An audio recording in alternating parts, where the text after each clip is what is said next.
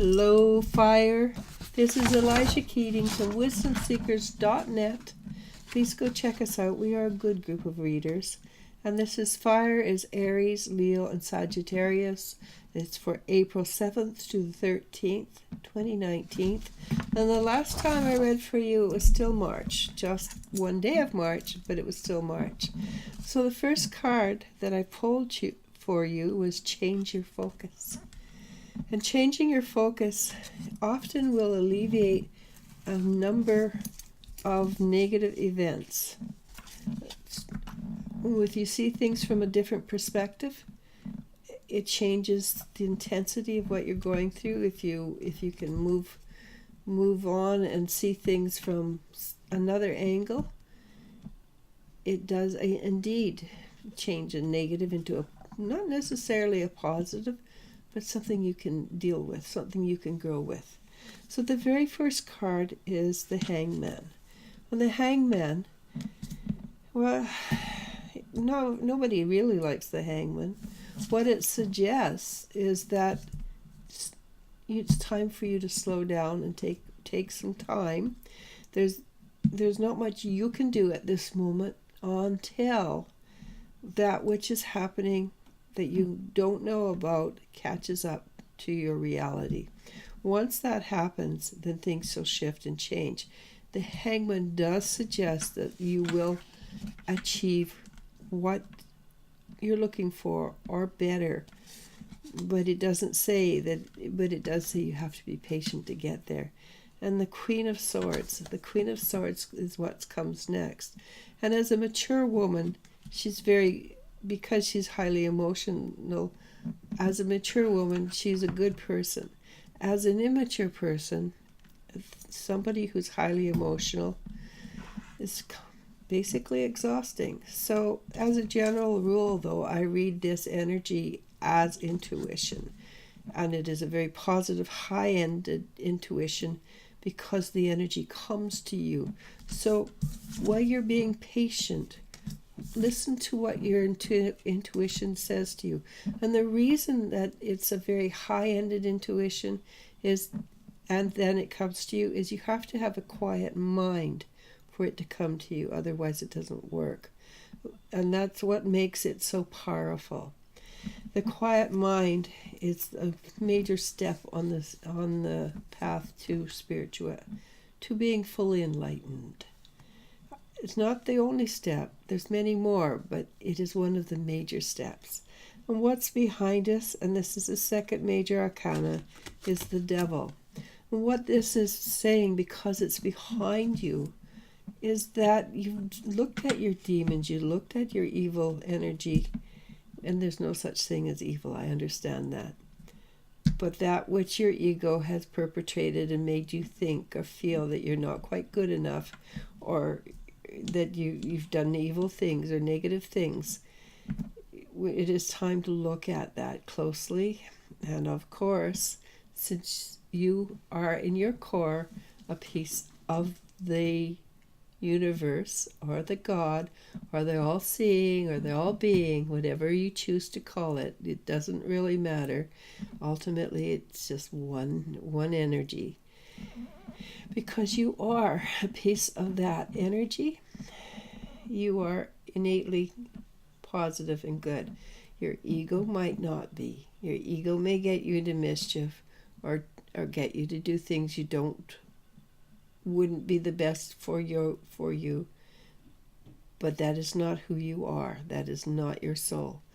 So when you get to that and you look and realize that you are not a negative demon, or you're not a negative entity, but simply a part of the all experiencing life on earth. And our goal is to be in service at least 51% of the time to others.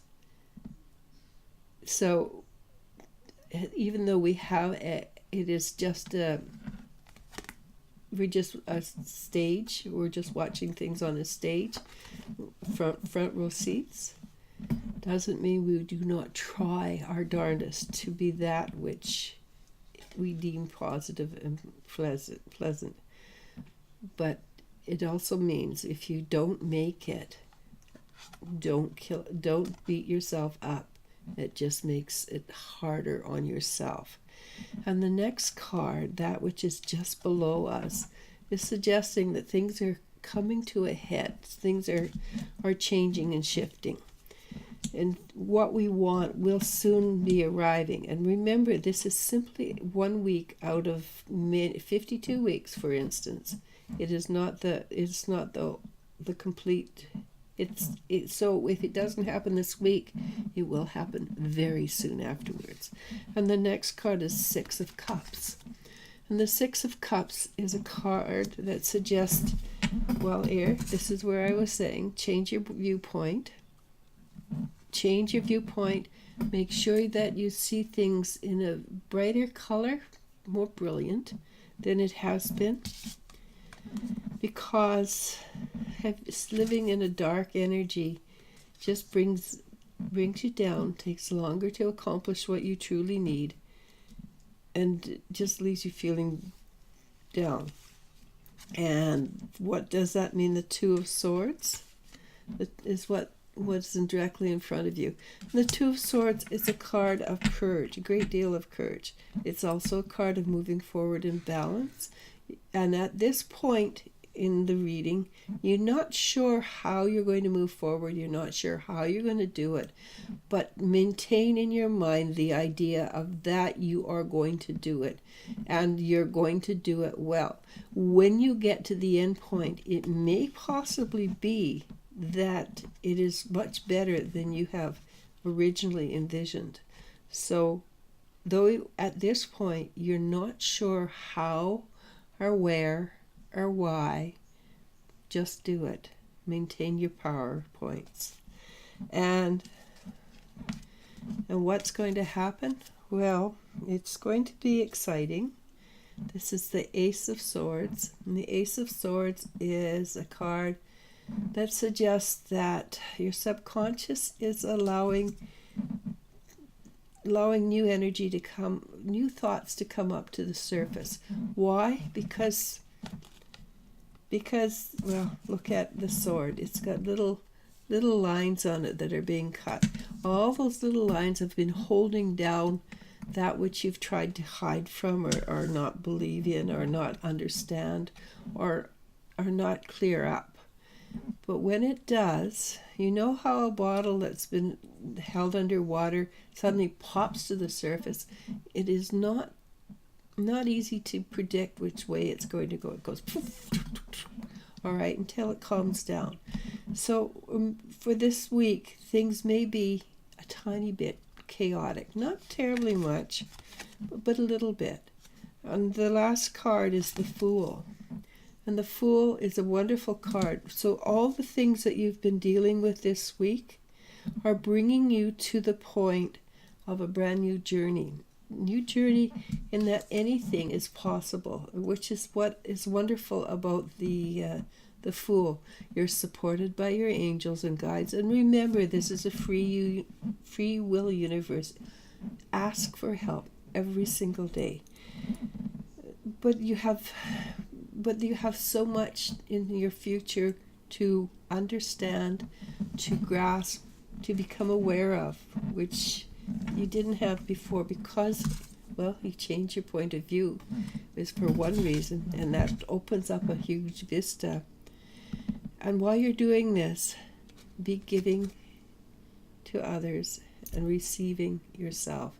You need to have an exchange of energy to make things work well at any level. And the higher the spiritual level goes, the more you want an exchange of equality of energy. And it could be simply that somebody gives you a smile and you give them $10. And that may be the equivalent, a smile may be equivalent to a $10 tip. Don't put value on things. Just know that as long as the energy stays balanced, things are going to go well for you. The higher up we go, the more we want things to be balanced, because if we owe people, or they owe us, it is an energy drag. So share and share alike. We don't want to hang on to stuff that's also going to be a drag, whether it's an emotional attachment or this is just mine and I'm not going to share it, to anything. So the higher you go, the more higher you vibrate, the less you want to own things, the more you want to give and receive equally. Interesting concept, isn't it? Just think about it for a bit. We hang on to that which is physical, then we have to stay in that physical realm to hold on to it. If we give it away, and I'm not going to give it away because I use it every day, but if I give it away, I'm not stuck owning it. I'm not stuck having to stay in this room, in this spot, because I can move forward and do anything. And that would be, where did it go? The Fool. I shouldn't put things away before I'm finished. The Fool. You have a brand new vista in front of you, and everything is possible with the Fool. And that could be that you become homeless. But is that a negative? Not necessarily, because you might have developed the ability to be here than to be there and not need a home anymore. So you're here right now, but you want to go to France for breakfast. You just say arrivederci and you're on the Champs-Élysées having whatever they have for breakfast. All right, so anything is possible, and this is what we want to do, and I'm stopping here. Namaste.